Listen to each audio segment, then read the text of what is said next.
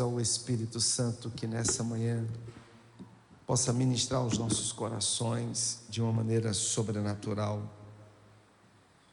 Ó Deus, que não seja a boca do homem, mas o Teu Espírito que aqueça e inflame o nosso coração pela Sua palavra. Por isso, vem e enche-nos com a tua agora, em nome de Jesus. 1 Coríntios capítulo 13.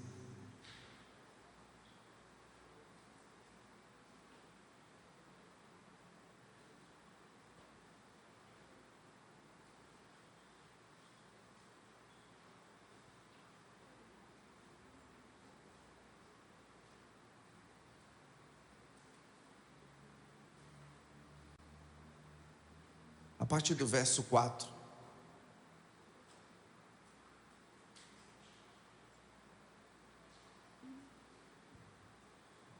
Entre os dias 3 e 4 de agosto, na madrugada, eu me acordei com o Espírito Santo queimando o meu coração acerca do que nós vamos ler. E eu confesso que eu tentei dormir novamente, não consegui, e eu tive que levantar, e ali eu comecei a orar e pedindo a Deus que pudesse ministrar o meu coração. E essa palavra veio de uma maneira muito profunda, eu compartilhei na maioria dos grupos, não sei quem leu, e eu disse: Deus, o Senhor sabe que isso aqui vai trazer um certo problema e uma dificuldade. Não estou dizendo com a igreja, não estou dizendo particularmente com ninguém, mas se nós queremos nos posicionar como igreja, se nós desejamos um posicionamento de ser a igreja de Jesus, e não esse modelo que infelizmente tem sido criado nos últimos dias, nós vamos ter que realmente confrontar a injustiça. Nós vamos ter que confrontar algumas ações da natureza do ser humano. E pode ter certeza que você não vai ser amado, você não vai ser querido. Eu, quando falo isso, lembro-me do biógrafo do John Wesley, que diz assim: ele era um homem incomum, porque ou você o odiava ou você o amava.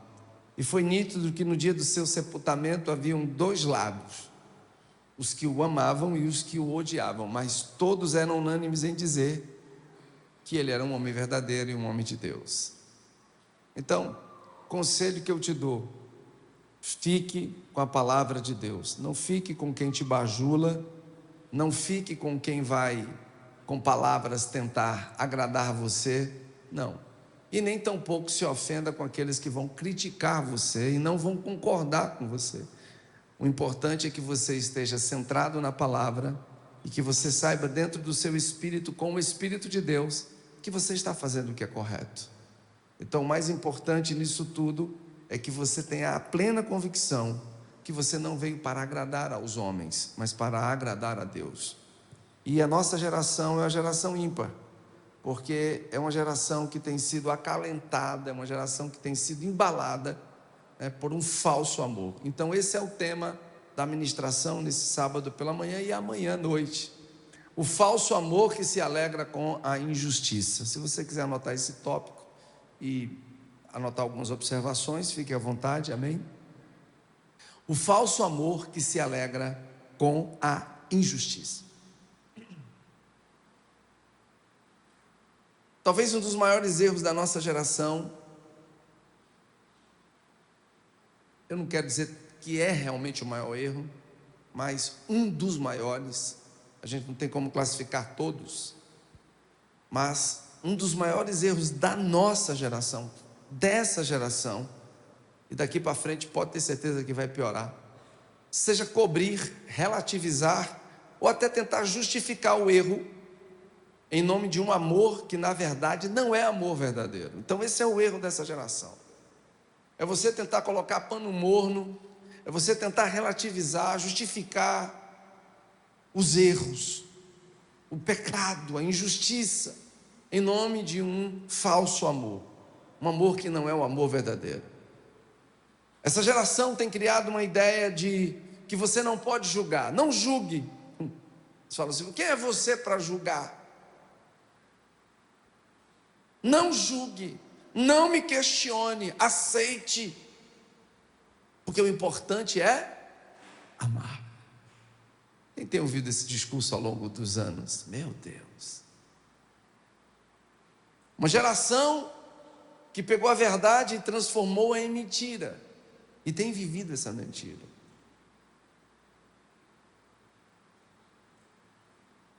Eu disse há alguns anos atrás, um grande homem de Deus disse que a verdade, ela em primeira instância será rejeitada, depois tolerada e depois o contrário também está valendo, tá? A mentira, ela começa a ser às vezes combatida, mas aí ela começa a ser tolerada e depois ela começa a ser aceita. Infelizmente, por conta desse tipo de pensamento satânico, diabólico, dos últimos dias, nós passamos a chamar de amor o que é conivência. Só que a palavra de Deus estabelece um limite claro: doa a quem doer, e não vai ser fácil, porque muitas vezes você vai arrumar inimigos, e não é de fora, é de dentro da sua casa. É seu pai, é sua mãe, são seus irmãos, às vezes vai ser sua mulher, ou seu marido, os seus filhos. Agora, a questão é saber que tipo de envergadura você tem em Deus para suportar esse tipo de pressão.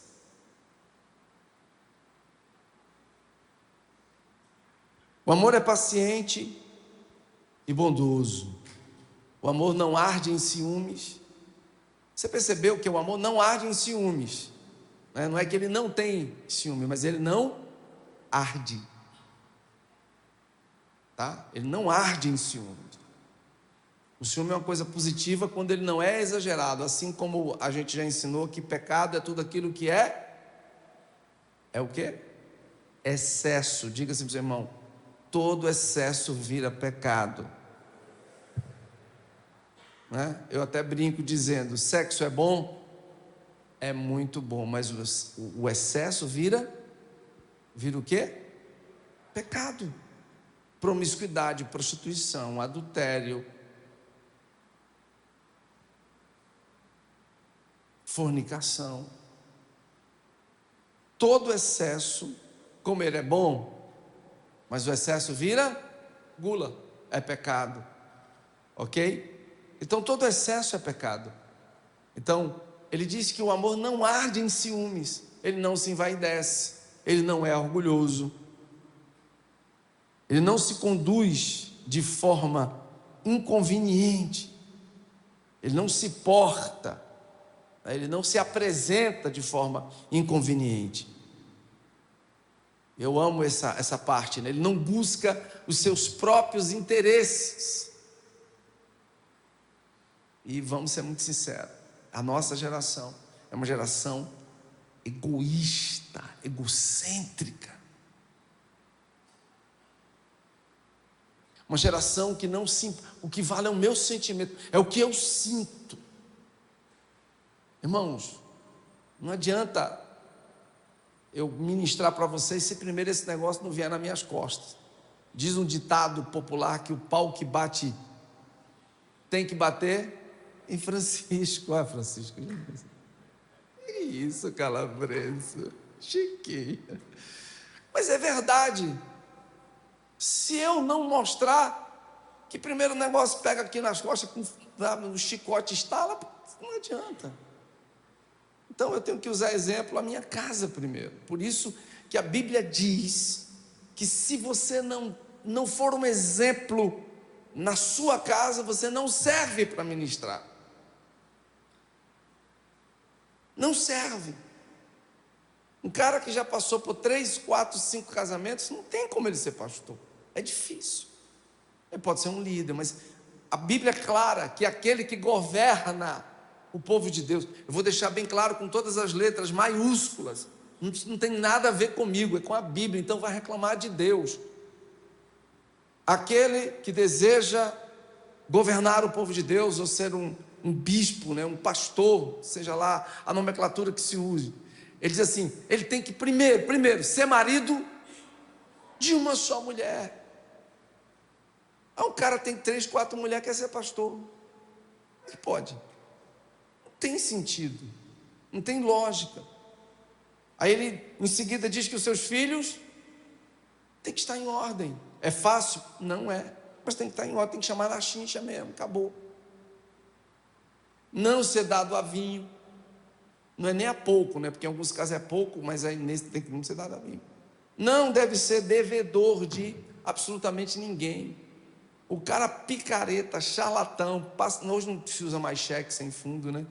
Mas sei lá, que não honra com a palavra, ele não honra com a verdade, ele não serve para ser um líder. Não tem como, ele não vai ser perfeito. Mas voltando, então, ele não busca seus próprios interesses, não se irrita, não se ressente do mal. E aí o profundo do nosso estudo: o amor não se alegra com a injustiça. O amor não se alegra com a injustiça. Quando a gente fala de injustiça, nós achamos um maltrato com o outro, e não é assim. Não é desse jeito. Filhos que não honram pais, é injustiça? É, gente? Sei que a gente está jejuando, né? É difícil. Estava dizendo para o meu personal essa semana, eu falei: cara, eu estou sentindo já que estou cansado. E tem hora que realmente assim a carne começa a pedir. Eu disse à minha mulher, desde a semana passada: minha filha, eu estou me acordando querendo comer o sol e a lua. Uma fome, e Jesus me ajude. Meu Deus do céu. Mas, além de ser bom para o espírito, é ótimo para a saúde, amém? Quem já se pesou nesses dias? Alguém já se pesou? Já perdeu uns quilinhos? Nossa, já vou, é lógico, já vou para quase 9 quilos, que legal, aleluia, dá ânimo, vou jejuar mais. Só que é problema, né? E comunhão então, meu Deus do céu. Mas voltando, queridos,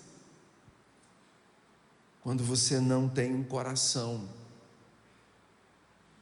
decidido a fazer o que é correto, você torna-se uma pessoa que vai praticar a injustiça.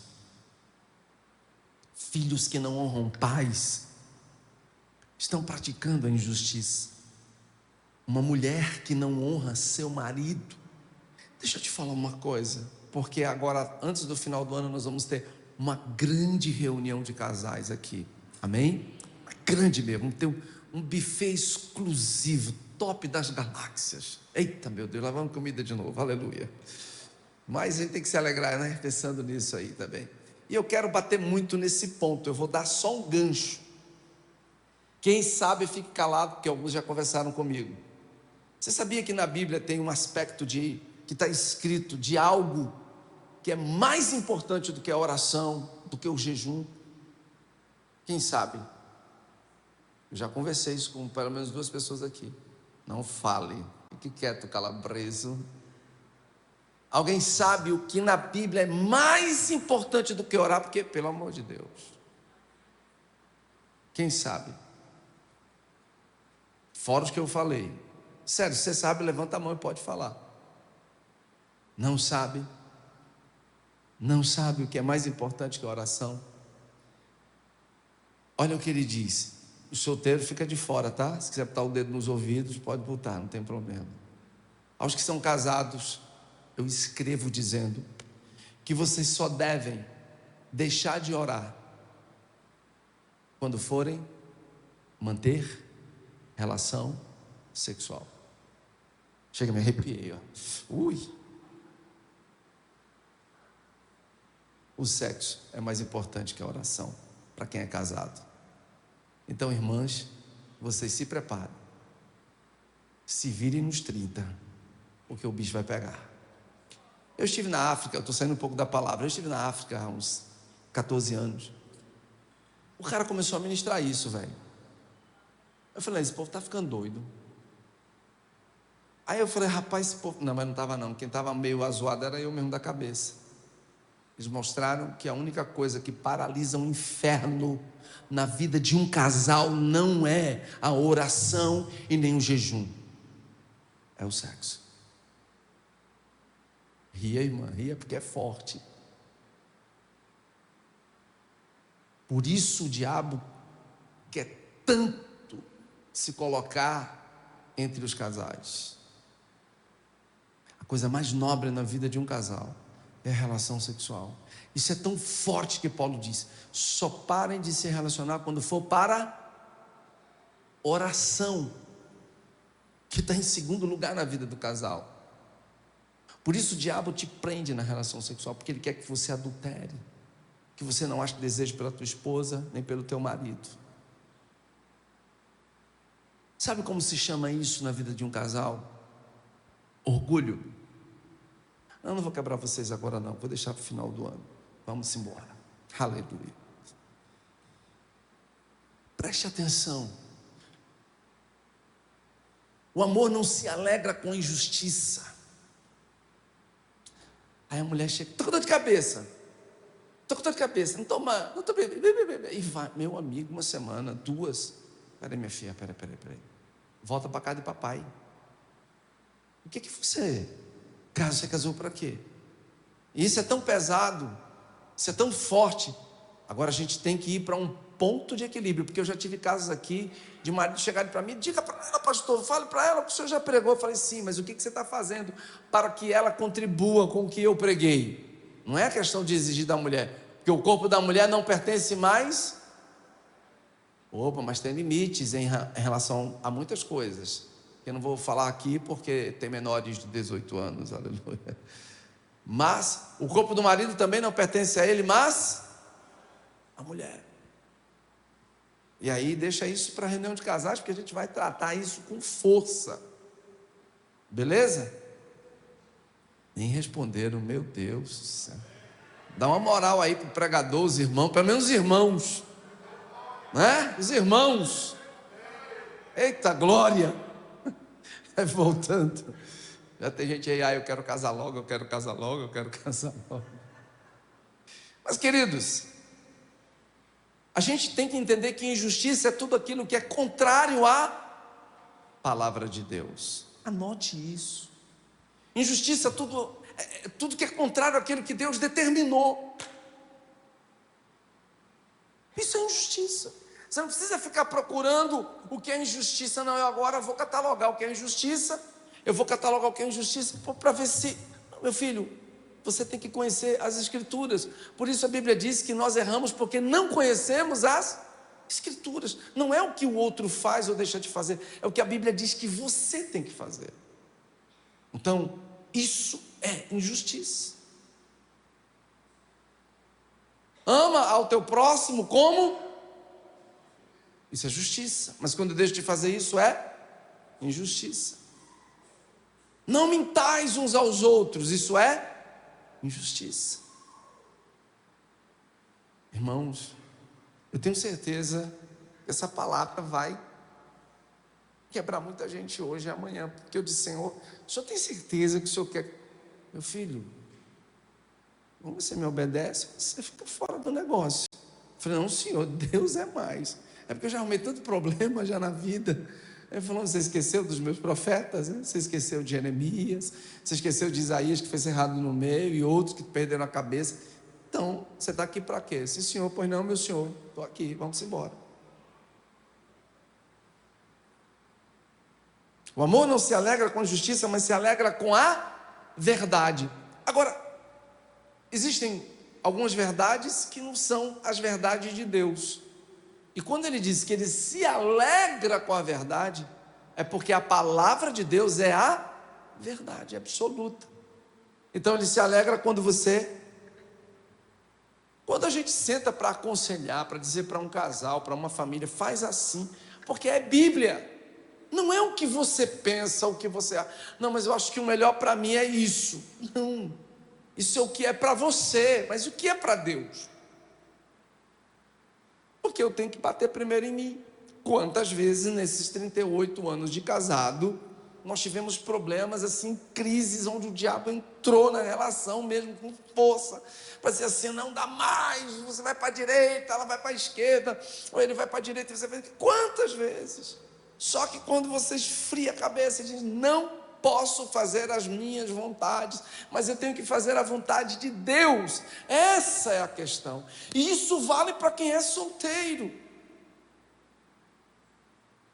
porque trocar a palavra de Deus pelo pecado, pela prostituição, pela fornicação, vou dizer com todas as letras, quantas moças e rapazes passaram por aqui, e trocaram o nosso Jesus, o seu Jesus e o meu Jesus, por um namorico idiota, besta, por uma relação sexual fora do propósito de Deus, ainda se acham certos, arrogantes e prepotentes ao ponto de dizer, não, estão errados estão vocês, que muitas vezes largam Jesus, e que querem relativizar a palavra de Deus.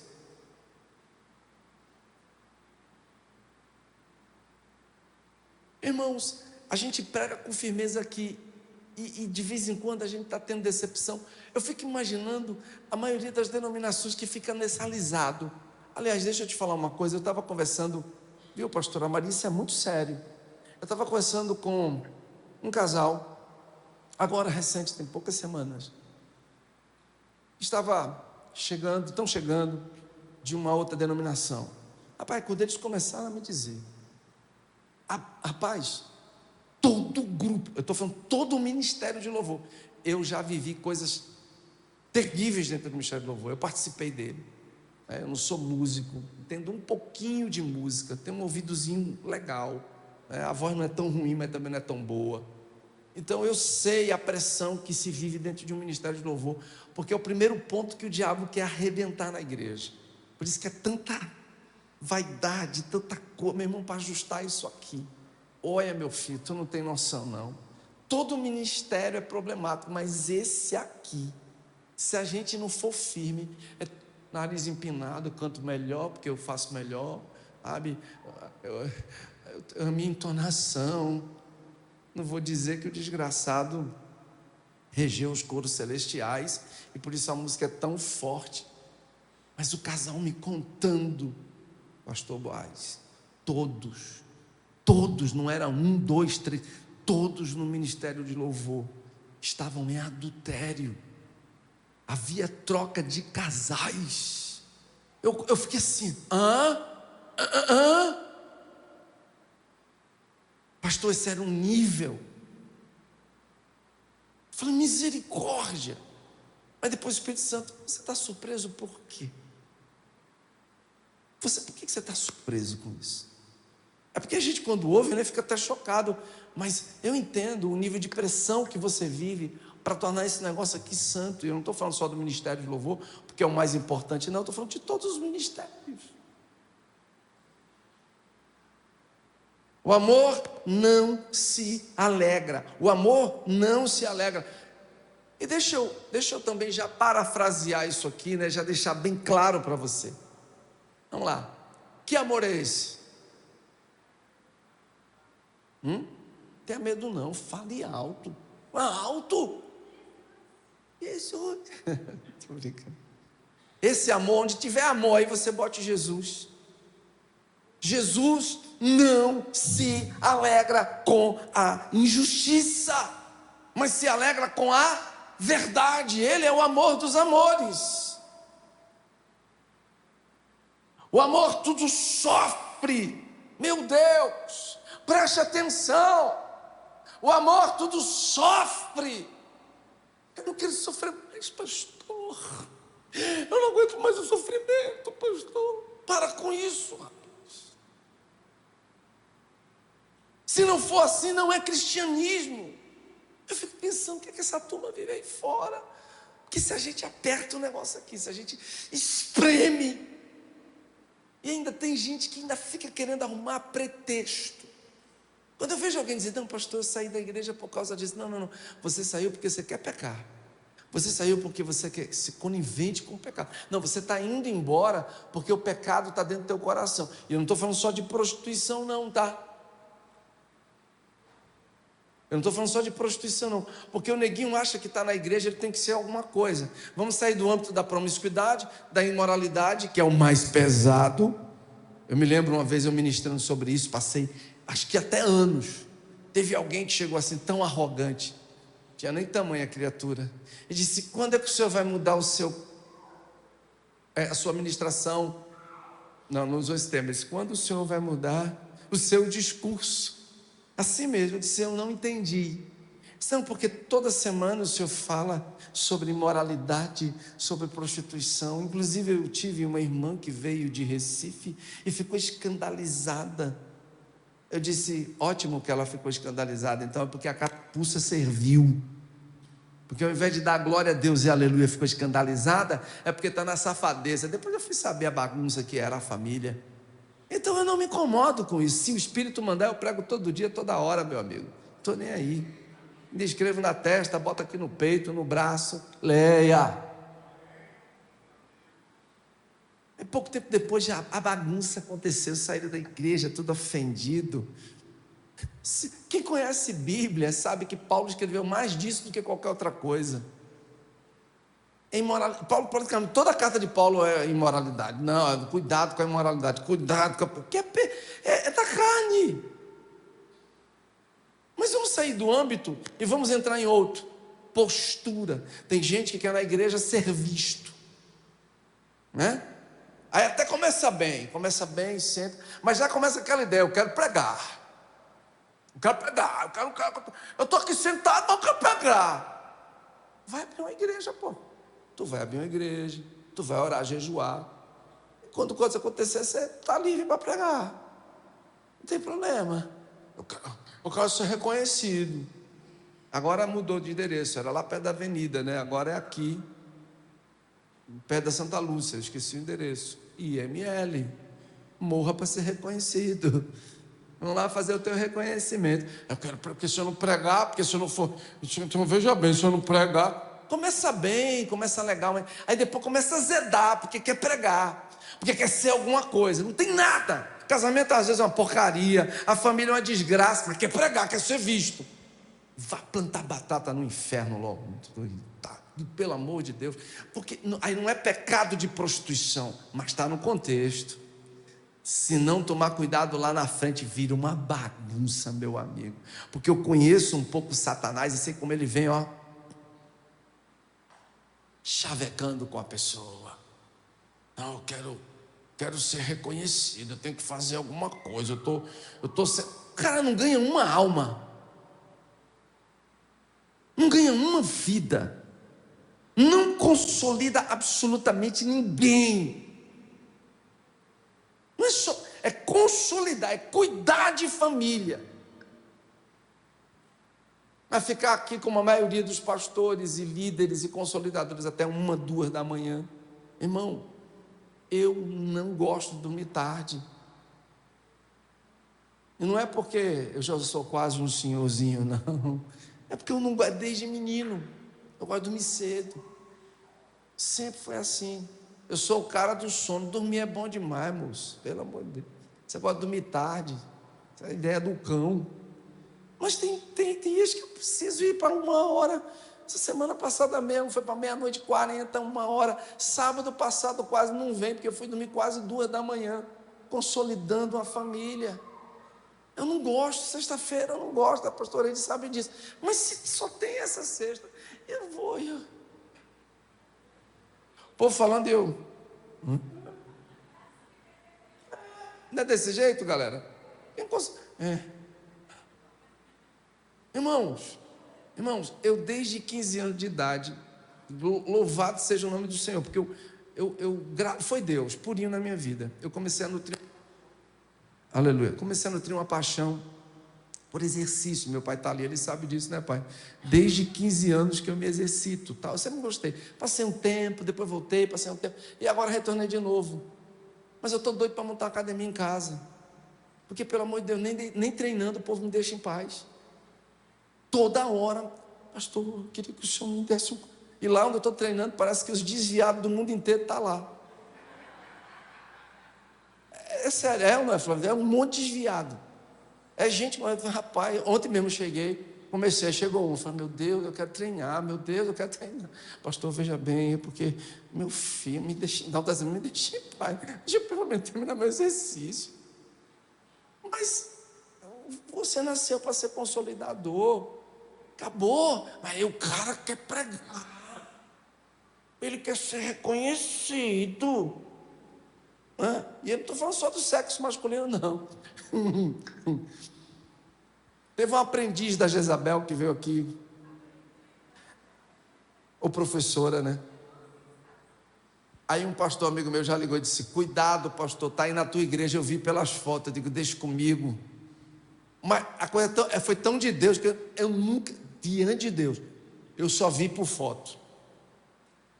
Aí ela procurou um dos pastores e disse assim logo, eu estou chegando, uau, e a minha filha é da dança, eu quero que o senhor coloque ela na dança. O que ela tem que fazer? Aí tem aquele roteiro, né? Aí tenta de todo jeito, velho, aparecer. Aí o pastor me deu, o ex-pastor me deu logo o relato dela. Digo, deixa, vai deixando aí. Quando botar, mas não, graças a Deus, nem botou as unhas de fora. Nem botou as unhas de fora. Sabe o que é triste? É porque há poucos dias atrás me mostraram uma foto dessa criatura sendo conduzida para liderar uma igreja que está sendo aberta aqui em Maceió. Tem 15 dias por aí. Eu conheço o líder dessa denominação, é de fora, não é daqui. Eu conheço ele, é do Rio de Janeiro, uma igreja top. Mas eu fiquei pensando, meu Deus do céu, o cara está num desespero tão grande para a igreja dar certo, que ele não procura nem saber quem é. Aí está lá a foto da criatura, com aquela cara de, sabe? Tu já viu o problema que vai dar. Por questão de ética, eu não posso abrir aqui os BOs, mas é pesado os BOs, entendeu? Então, queridos, se você não tiver dentro do seu coração o posicionamento de se firmar em Deus, e eu vou falar até como líder, seja marido, seja até a mãe, os filhos, seja pai, mãe, seja professor, seja um chefe, seja um pastor, é qualquer autoridade constituída, se você não for posicionado, sabe, no que é justiça, a injustiça vai tentar prevalecer. A injustiça vai tentar prevalecer. Aí o menino está aqui, a menina está aqui, começa o namorico lá fora, a gente vai tentar apertar, não quero, eu quero curtir. Está folgando com a injustiça, não vai ficar, não fica. Você sabe, eu disse, Deus, para preparar essa palavra para mim é pesada, não só essa, mas eu estou assim, quase que concluindo um estudo sobre demonologia pesada, e eu vou ministrar esse estudo dia de sábado, antes do final do ano. Irmãos, a única coisa que fecha a porta para o diabo, preste atenção, a única coisa que fecha a porta para Satanás entrar numa igreja, numa família, pastor, eu tenho que orar. Você já viu que tem gente que ora e jejua e o diabo ainda apronta? É ou não é? Você ora, você jejua e o diabo, eu estou jejuando, eu estou orando, mas é lógico que tem uma resistência, mas você sabia que muitas vezes não é o jejum e a oração, porque até o próprio Deus muitas vezes usou alguns profetas para dizer que ele não aceitava alguns jejuns, era ou não era? Nem ora e nem jejum que eu não vou atentar, preste atenção. Por que Deus dizia que eu não vou ouvir sua oração, eu não vou tomar o seu jejum como oferta, aliás, não quero nem olhar para vocês, sabe por quê? Porque faltou justiça. Quando há justiça numa família, entenda-se como justiça, anote isso, todo princípio vivido na palavra de Deus, todo princípio vivido na palavra de Deus é justiça e o diabo odeia.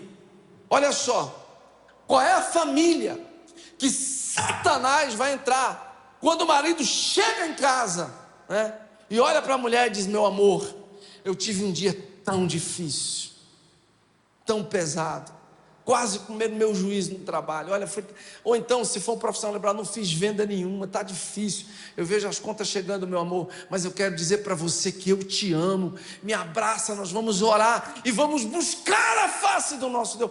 Qual é o demônio que vai entrar nessa família? Aí o cara chega cheio de capeta, dando bicuda no cachorro, no gato. A mulher vem, vai, sai daí, meu menino, vem, sai daí, menino. E o diabo: muito bem, é assim que eu gosto, é desse jeito. Não, mas o cara vai jejuar e o cara vai orar. Deus não está nem aí para o teu jejum, para a tua oração, criatura. Irmão, você não tem noção muitas vezes de como eu chego em casa. Deus, Ele sabe, eu não posso chegar aqui e dar uma de... Aí eu respiro fundo, Deus, fica tudo para trás. Eu já entro, e aí, meu amor, às vezes está minha netinha em casa, e beijo, e abraço. Aí ontem os pais pediram um Vale Night para a gente. Aí ela não gosta de dormir com o vô e com a avó, e pulava na cama, e pulava, e uma alegria. Eu vou ter problema quando chegar, porque eu disse: ei, amanhã para o culto com o vô. Eu quero. Começou a pular, me acorde, só porque ela dormindo. E a avó disse: não, porque foi dormir quase meia-noite, meu amigo. Fala. A menina vai dormir. Não, porque fica eufórica, né? É um ambiente diferente. Eu entendo. Meu irmão, você crie um ambiente favorável para que a tua família diga: papai chegou, que bênção. Mas tem família que quando o pai chega, os filhos se escondem. A mulher diz logo assim: chegou o Satanás enrabado. Pronto, acabou-se. É ou não é? Era melhor ter ficado lá fora. Vai, não, aí chega domingo, sentar aqui com aquela cara de pamonha. Aleluia, glória a Deus. Lágrima de crocodilo, porque não fui eu que escrevi, estou nem aí para o choro de vocês. É ou não é? Está escrito ou não está? É porque Deus, ele não folga com a injustiça, cara. Não adianta dar uma de bonitão no corpo de Cristo, aquela cara de santarrão, de santarrona, mas em casa o pau cantando, em casa o cacete comendo. Como? Vocês sabem daquela história, né? Do filho que chegou: pastor, depois do culto, quero falar com o senhor. Pirralhinho, 12 anos, 11 anos.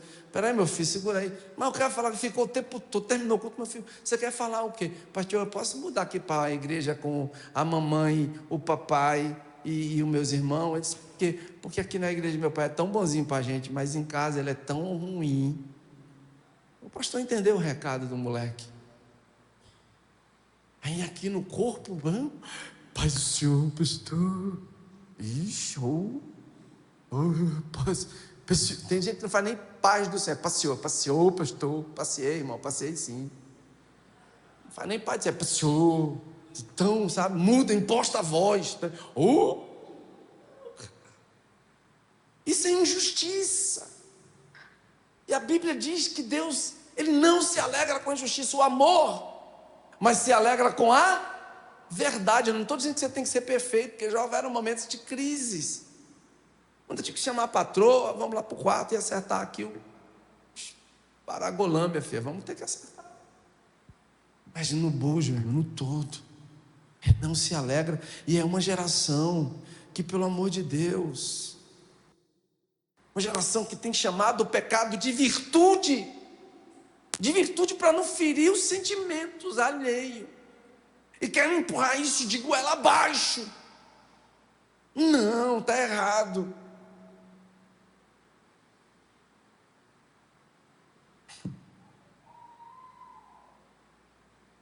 Queridos, o amor não se alegra com injustiça. Então, o amor, ele nunca vai chamar a mentira de verdade para preservar uma amizade. Nunca, nunca.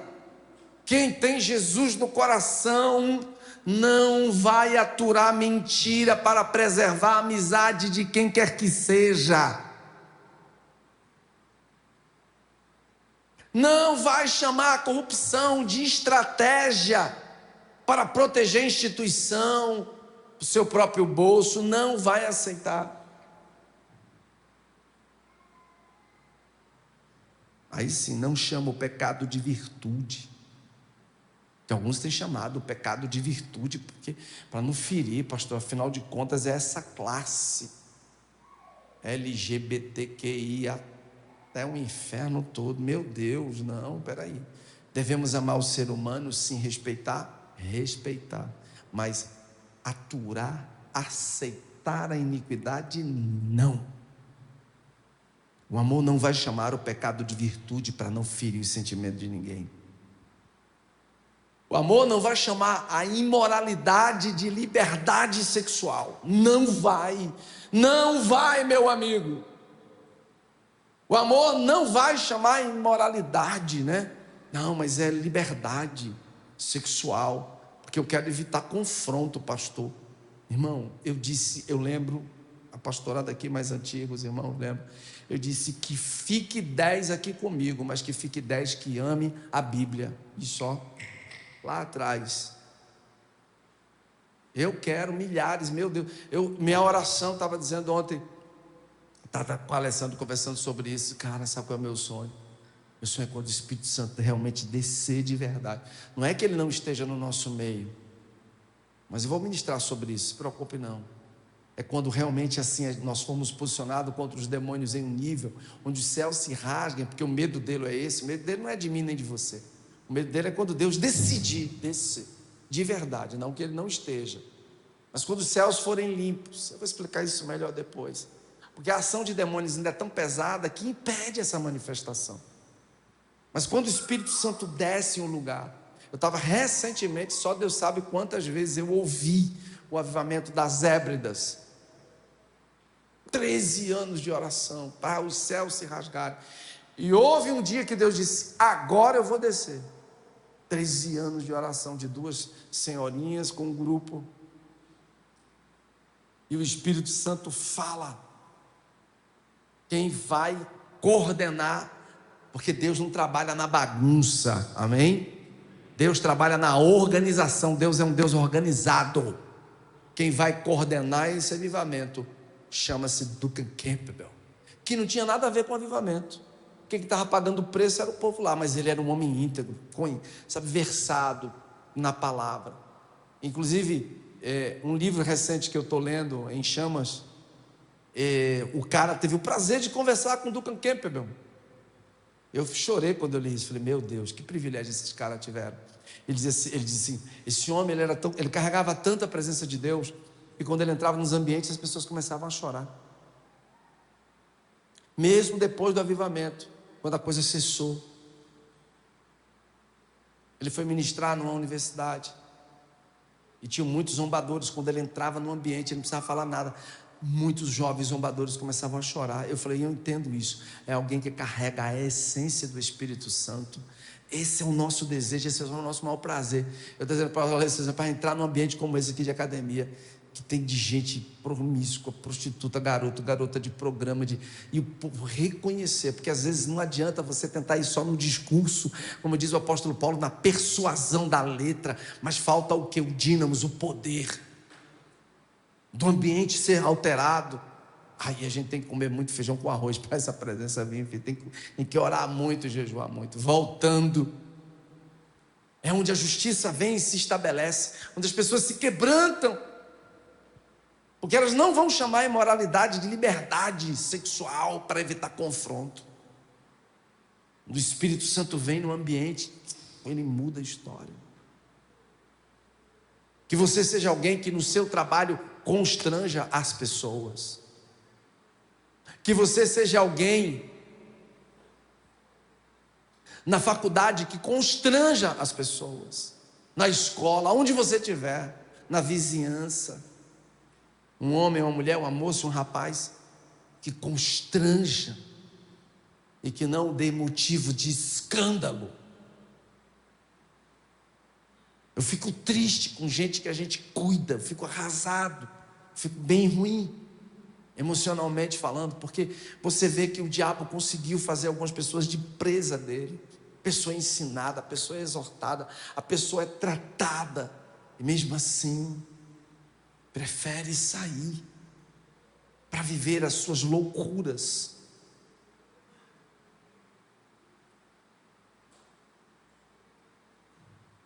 O amor não vai chamar nunca o erro de acerto. Você está certa, minha amiga. Você tem mais é que curtir mesmo. Você está certo, meu amigão. Você tem quem mais é.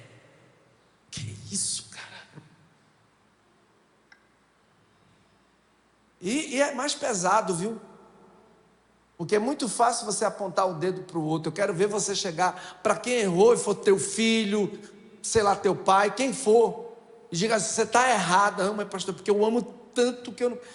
Aí é que você tem que falar, cortar na própria carne, meu amigo. Eu louvo a Deus porque comigo tem esse negócio, não. Nunca teve meu pai, minha mãe, meus irmãos, minha filha, meu filho, minha mulher, eu mesmo, quanto mais os outros. Não, sabe, pai que fica alisando o filho, alisando a filha, sabe, e fazendo de conta, rapaz, está errado, é errado, acabou. Eu sei onde os meus filhos erraram. Não vai deixar de ser meus filhos, mas eu sei onde falharam, onde erram. Eu tenho que chegar e corrigir.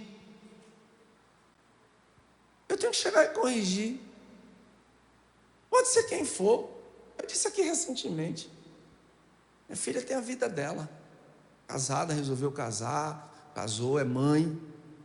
Mas um tempo atrás, aconteceu uma situação que na hora eu disse: estou indo aí, viu, para a gente conversar. Disse: ó, você está casado, você decidiu casar, presta atenção, você está na minha igreja, você é minha ovelha, e isso aqui está errado. Não, pai, está errado. Presta atenção no que você está fazendo, tá certo? Recado dado, vazei. Vazei, meu amigo. Quem me conhece, caminha comigo do lado, sabe. Então, por favor, se for para poupar quem você ama, porque você não quer constranger, você não serve para ser um cristão. Vá para macumba, vá para umbanda, vá para onde você quiser. Para o hinduísmo, o xitoísmo, vá ser um islâmico, muçulmano, vá ser qualquer coisa, menos crente. Porque não foi eu que disse: mulher que tenho eu contigo, não chegou a minha hora, fique quietinha aí. Quem foi que disse isso? Jesus, com a própria mãe. A própria mãe. Então esse negócio de, porque é meu, eu vou passar pano. Não, filho, está errado. Você não serve. É reprovado. Jesus amava as pessoas, sim ou não? Sim, mas ele nunca relativizou pecado para demonstrar amor, nunca relativizou, nunca foi conivente. Então entenda isso, meu irmão. Não relativize as coisas. O amor verdadeiro é doído, cara. E eu não tenho como não comparar o amor verdadeiro com o amor de uma mãe.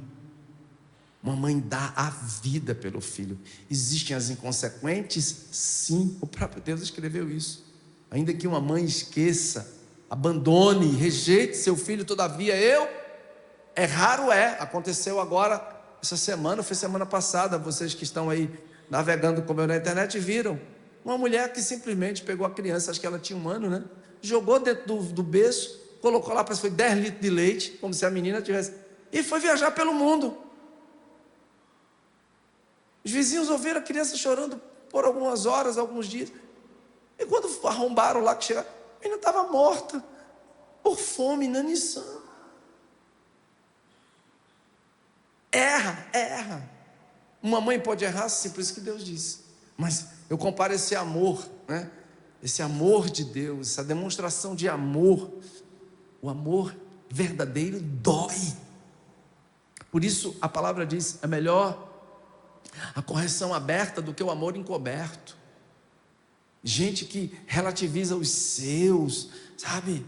Meu Deus. Gente, quando Jesus encontra a mulher adúltera, vocês lembram o que foi que Jesus fez com a mulher adúltera? Ele condenou-a? Não, ele não condenou, mas ele foi verdadeiro.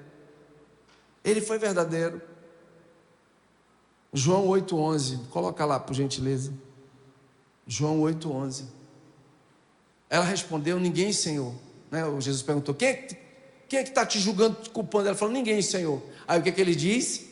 Também eu não te condeno, vai e... Essa é a questão, não relativizou. Então para agora, tá? Parou o teu pecado, então vá e não peque mais, para não que te aconteça coisa pior. Ele sempre dizia isso. Mas tem gente que fica calado, omisso. Não, querido. A beleza do amor de Deus, do amor verdadeiro, está nisso. É a misericórdia sem relativização da verdade. É graça sem aprovar pecado.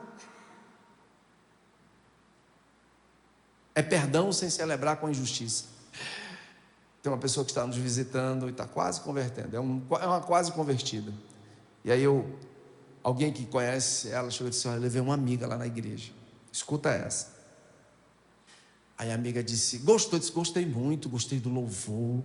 Rapaz, que igreja, o pessoal me abraçando. Eu só não gostei de uma coisa. Aí ela disse: do quê? O pastor foi muito duro na palavra. Aí ela disse: aí eu gostei. E a mulher não está nem convertida. Está quase. Disse: você sabe que você não gostou? Ela dizendo para mim, e dizendo para o irmão que estava do lado. Ele disse: eu cheguei para ela, pastor, disse: eu sei porque você não gostou da palavra, porque você está vivendo na safadeza. Toma. Ela: que é isso, mulher? Não, porque você está vivendo na safadeza, e o pastor, quando pregou, tocou na sua ferida. Assim mesmo. Eu falei: pois é. Que o amor verdadeiro dói, o amor verdadeiro confronta, não amacia. Não amacia. E foi interessante porque ela disse: e eu gostei porque ele fala a verdade. Ele é do meu. Eu falo assim: ele é do meu, ele fala a verdade. E tem que ser assim, doa quem doer. Eu falei: pois é. Por isso que Jesus ou era amado ou era odiado. Porque ele era verdadeiro. Você acha que ele foi para a cruz por quê? Porque ele falou a mentira? Ou ele folgou com a injustiça? Não. Não.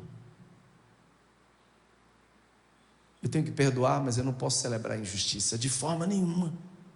O falso amor diz assim: eu amo você, portanto o que você faz, independente de estar certo ou errado, não vai me impedir de te amar. Mas que amor relativizado da poxa. O amor verdadeiro, assim, eu te amo, e eu já fiz isso demais, gente. Eu amo muito você, mas eu não posso fechar meus olhos para esse padrão que você está vivendo. Isso é pecado. Não, mas pastor, aí ou conserta ou vai embora com raiva de mim.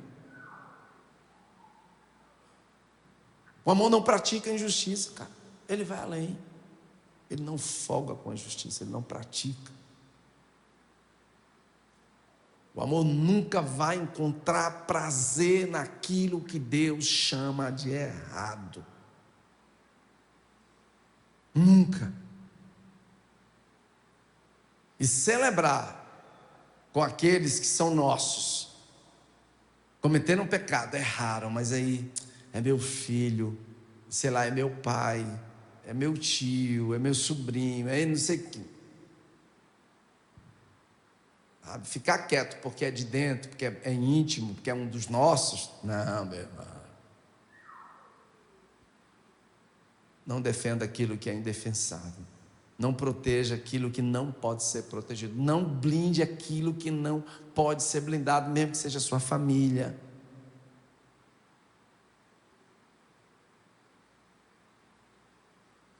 Não faça isso. A verdade não muda de acordo com quem comete o erro. Ela vai continuar, batendo. Ela é a verdade. Eu não vou mudá-la porque é fulano, não, é verdade.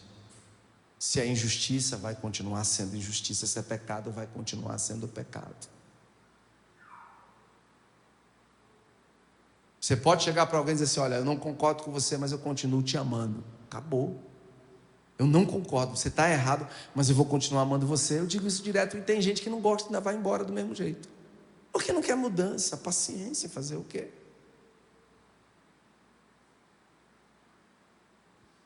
Agora, o que é mais complicado é você permanecer posicionado em amor, mesmo que doa. Aí eu quero, sabe quando você prova que ama a Deus? É quando você mantém a sua posição. Eu vou me posicionar. Eu já vivi isso, gente, na minha própria pele, em todos os sentidos inimagináveis. Eu tive, alguns anos atrás, gente que foi embora da igreja com raiva de mim, porque eu fui firme na minha casa. Quem é das antigas sabe disso. Eu tenho gente que não fala comigo até hoje, porque eu fui firme na minha casa. Eu tive que ser firme. Eu arrumei problema na família. Eu tive que confrontar a família, porque eu não folguei com a injustiça, e não vou folgar com a injustiça nunca. Ah, não gosto, porque não, isso é dureza demais, para que isso? Vou amar, mas eu não vou folgar com a injustiça, porque é parente, porque é da minha carne, porque é do meu sangue. Não, querido, está errado.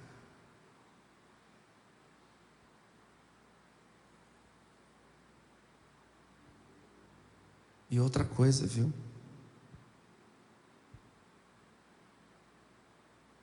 Esse amor chamado Jesus, ele vai sempre andar de mãos dadas com a verdade. E aí onde está? O amor sem verdade vai tornar-se permissividade. Assim como a verdade sem esse amor vai ser dureza. Verdade e amor têm que caminhar juntos. Aí sim, dentro desse processo de verdade e amor, caminhando juntos, sabe o que é celebrado? E o que é vivido? O caráter de Cristo. Esse aí é que é fantástico. Igreja não é um grupo que blinda e que protege e que ama e que de certa forma, recua para não confrontar, porque vai perder pessoas. É uma comunidade que vai proteger pessoas de qualquer confrontação. Não, aqui você vai ser só amado. Ela não é uma comunidade que simplesmente protege as pessoas ou blinda elas de qualquer confrontação. A igreja, ela tem que confrontar. Os grandes homens de Deus diziam: o discurso no púlpito tem que matar, o discurso no púlpito tem que fazer morrer a natureza humana, senão ele não é um discurso bíblico, não é um discurso divino. Tem que confrontar, tem que, arrancar de dentro o pecado. Esse discurso coaching, fique tranquilo, Deus te ama como você é. Ele te ama de qualquer jeito. Ele te ama tanto que você é a fraqueza dele. Olha que conversa do diabo. Não, querido. A igreja foi chamada para ser uma comunidade que tem amor suficiente para restaurar, mas também para confrontar, corrigir, exortar e conduzir as pessoas novamente à verdade. Senão isso não é igreja, isso é um clube social.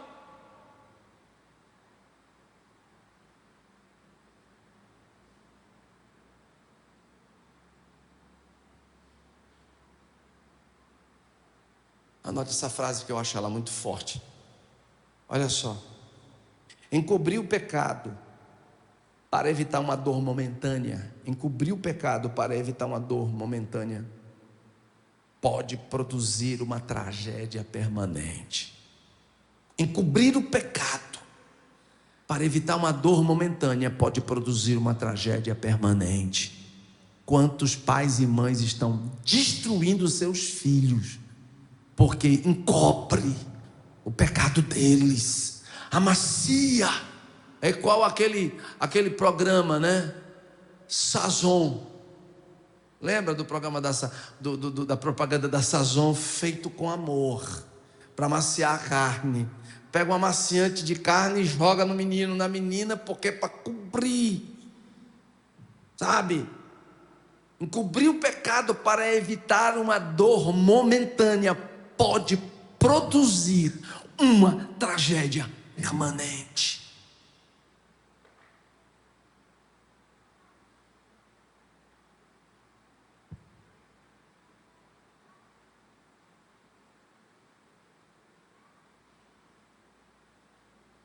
Você entendeu isso?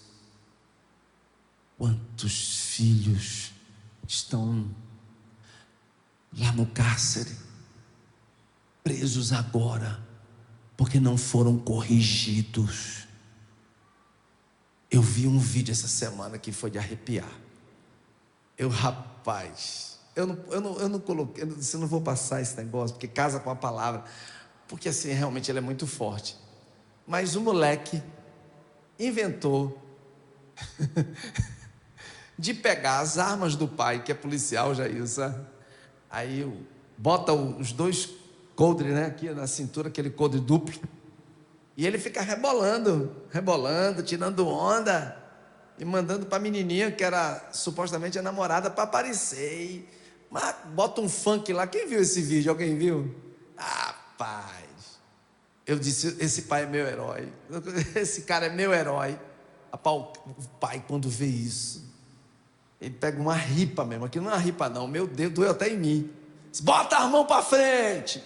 E o velho aqui, meu irmão, cara, o moleque gritava, a gente devia ter uns 12, 13, 14 anos, e ele aqui, a outra mão, e não tire a mão não, porque eu vou dar nas suas costas. Pai, a galera vai lá: pra que isso? Não precisa isso, violência gera violência. Ele bota a mão e tome peia. Tinha hora que ele trazia ele nas costas, na perna. Acho que não sei se era uma irmã chorando por trás. Você está pensando o quê? Caba safado, tome. Mas também o que tinha, assim, a maioria esmagadora elogiando o cara. Esse pai é meu herói. Esse pai é meu herói. Porque se ele não fizer isso, infelizmente, quem vai fazer é a polícia. E talvez até no confronto mate o cara. Porque ele não vai ter limites. Sabe, queridos? Muitos estão encobrindo o pecado para evitar uma dor momentânea. Vai produzir uma tragédia permanente. Olhem para mim, estou encerrando por enquanto, mas a gente só tem mais ou menos ainda umas 8 páginas aqui para ler, mas deixa isso para depois. E essa história ainda vai render muita coisa. Ou eu vou arrumar bênção ou vou arrumar problema. Não sei, mas é com Deus. Preste atenção. Todos os avivalistas, todos eles foram forjados desde pequeno. Smith Wigglesworth estava lá ajudando o pai com 9 anos na lavoura.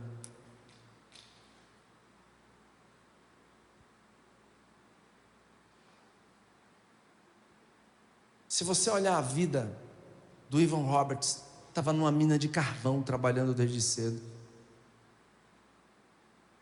Todos os grandes homens de Deus foram forjados pela vida. Quando você olha a vida de José, filhinho do papai, mais novo, intocável, o cara era tão bonzinho que fizeram até uma túnica para ele. José tinha algo que os irmãos não tinham: fidelidade, e ele era um homem justo, isso é um fato. Mas tinha algumas coisinhas do José que se achava muito, muito petulante, muito cheio de si mesmo. Deus olhou do céu e disse: eu vou quebrar isso, porque é de Adão, né? Para eu cumprir o meu propósito nele, eu tenho que quebrar isso. Eu não folgo com a injustiça, então eu vou equilibrar o jogo. Leva uma peia dos irmãos, é colocado lá num buraco, sangrando. Depois o Rubens, rapaz, o sangue dele vai cair na nossa cabeça, não, vamos tirar ele de lá, mas não, deixa ele lá para morrer, do ódio dos irmãos, mas era do diabo, né, por trás. Aí vai passando uma caravana de ismaelitas. Irmãos, pensa num povo cruel. Só o nome já arrepia. Caravana de quem? Quem foi Ismael? Alguém lembra? A palavra mais legal que Deus disse, eu falei: esse cara vai ser tão brabo que ele vai ser igual a um jumento. Ele vai dar coice nos irmãos. O cara levou peia da hora que saiu até chegar no Egito. Eu imagino o moleque, 15 anos, tremendo. Meu irmão, tu pensa emocionalmente como ficou aquele cara, em frangalho, velho. Que uma hora estava debaixo da proteção do papai, uma roupinha bonitinha, sabe, um caboclo de 15 anos, cheio de coisinha, e Deus forja ele ali, e ele fica ali, eu imagino tremendo, eu imagino, às vezes, quando eu leio a história de José, eu falo, cara, cabeça desse moleque, aí vai crescendo, só que Deus era com ele, e ele também não se ofendeu, ficou posicionado, foi morar na casa do Potifar, vocês sabem da história, Deus era com ele em tudo, mesmo assim, pela injustiça, foi para a cadeia, porque o amor não folga com a injustiça, era para arrancar a cabeça do cara, mas o Potifar sabia, né? Ele sabia que no íntimo, a patifa não era brinquedo, não, porque aquela era para morrer na hora, é lógico, com a mão de Deus, mas infelizmente o cara era muito frouxo. Ele fica lá 10 anos no cárcere, mas Deus era com ele, até sair para ser governante do Egito, a segunda pessoa. Não preciso dizer para você do encontro dele com os irmãos. Cara, impressionante como esse camarada tornou-se um justo e amou a justiça. Sabe, quando você não ama a justiça, você nunca será bem sucedido. Eu não sei o momento que você está vivendo ou passando. Talvez o momento que você esteja vivendo seja um momento de muita injustiça.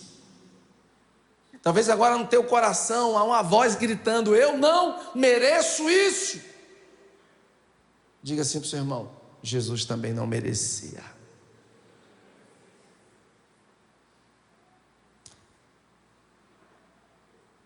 Eu perdi as contas de quantas pessoas eu amei mesmo, me doei, me dei por elas, em um nível, eu sou muito honesto, e também não quero aqui parecer arrogante, mas num nível que poucos amariam. Eu ouvi de muitos deles, nem meu pai fez isso por mim, e no final recebi facada nas costas. Teve uma destas, que eu paguei um colégio particular, porque estava no colégio público, não sabia nem ler direito, nem fazer conta. Paguei muitos anos, abençoando. Sabe o que eu ganhei no final? Facada nas costas. Nem comigo fala hoje, quer me ver pelas costas. Amei gente, peguei gente, sabe, destruída, né? O sonho era ser pescador. É uma peixaria. Negativo. Deus está me dizendo que você vai ser um professor. Você vai ser um grande professor. Vocês lembram, né? Não, mas eu não gosto. Mas você vai, porque você tem potencial, você tem capacidade. Que negócio de botar peixaria, rapaz, é digno, mas você tem potencial. O que é hoje? Professor de universidade. E o que eu recebi? Facada. Até hoje, alguns de vocês quando encontram com essa criatura, o quê? Misericórdia. Mas diz um ditado que cada um dá o que tem. Eu sei o que eu estou dando. Eu sei. Eu não ligo quando uma pessoa diz assim, pastor, meu irmão, já ouvi tanto isso na mesa. Teve uma destas, que alguns anos atrás, chorando na minha mesa.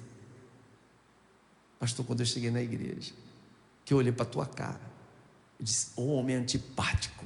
Eu falei, seja bem-vindo ao clube. E depois de muito tempo, né? Hoje é uma grande mulher de Deus, está aqui entre nós. Foram muitos. Aliás, não está não, hoje não aqui. Eu estava olhando aqui, não está. Eu falo entre nós porque está na igreja. Porque eu já ouvi tanto isso, de família, de gente, meu Deus do céu. Então, por favor, tanto para amar você como para te odiar, coloque no mesmo prato, não faça distinção, não faça. Se te amam, glória a Deus, se te odeiam, glória a Deus, do mesmo jeito. Como dizia o Spurgeon, nós somos piores do que eles imaginam. Então, é por isso que você não pode de maneira nenhuma, sabe, relativizar pecado.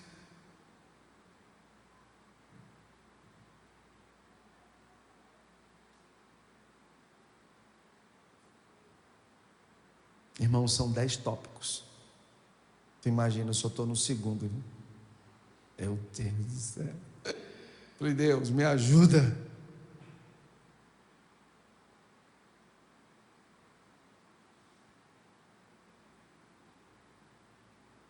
Vamos ficar de pé, amém? Estamos vivendo dias proféticos, eu não tenho dúvida. Estamos vivendo dias onde a palavra mais utilizada nessa geração é o amor venceu.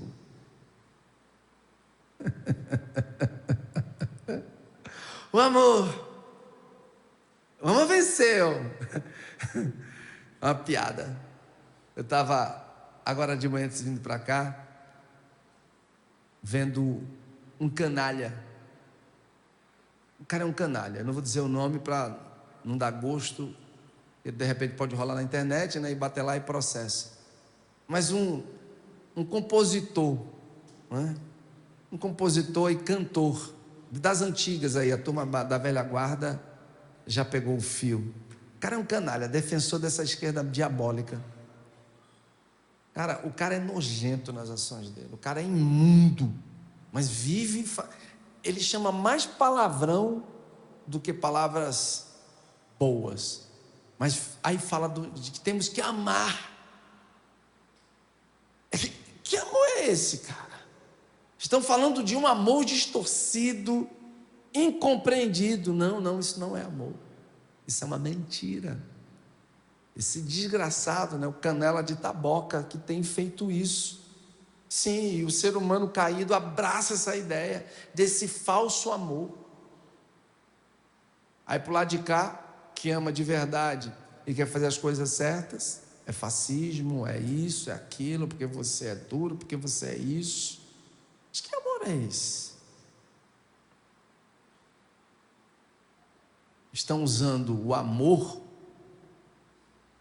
criado por Deus para justificar seus erros, usando a palavra amor, né? Essa ideia de que eu tenho que relativizar tudo em nome do amor, não, negativo. Você não pode ser uma pessoa chata, mas você tem que ser verdadeiro. Amém? Pai, muito obrigado por essa manhã, por esse início de dia, pela palavra, Senhor, porque é ela que norteia a minha vida, é ela que nos norteia. Ó Deus, nós queremos nesses dias descansar no Senhor. Não queremos folgar com a injustiça, não queremos amar a injustiça, não queremos celebrar o que é errado em nome do amor, não queremos ser coniventes com o pecado em nome do amor, tolerantes com o pecado em nome do amor, não. Isso é um falso amor. Nós queremos voltar ao amor verdadeiro, ao amor que nos fortalece, ao amor que não se alegra com a injustiça, ao amor que não pratica a injustiça, que se regozija com a injustiça. O amor de Deus que não comemora aquilo que Deus reprova. E sabemos que isso confronta a nossa geração. Amém? Às vezes quando eu não vejo, quem vê mais é minha esposa, eu decidi tomar essa posição há alguns anos, de não ficar indo no Instagram, olhar mais nada, mas às vezes ela chegava para mim, olha o que estão celebrando, ó. Aí estava lá as palminhas, alguns não estão mais, alguns também, Que coisa linda, amiga. A amiga que congregava agarrada com o cara. Que coisa linda. Gente congregando. Quem ainda congrega até hoje? Coisa linda. Celebrando com a injustiça. Por quê? Porque não quer perder a amizade.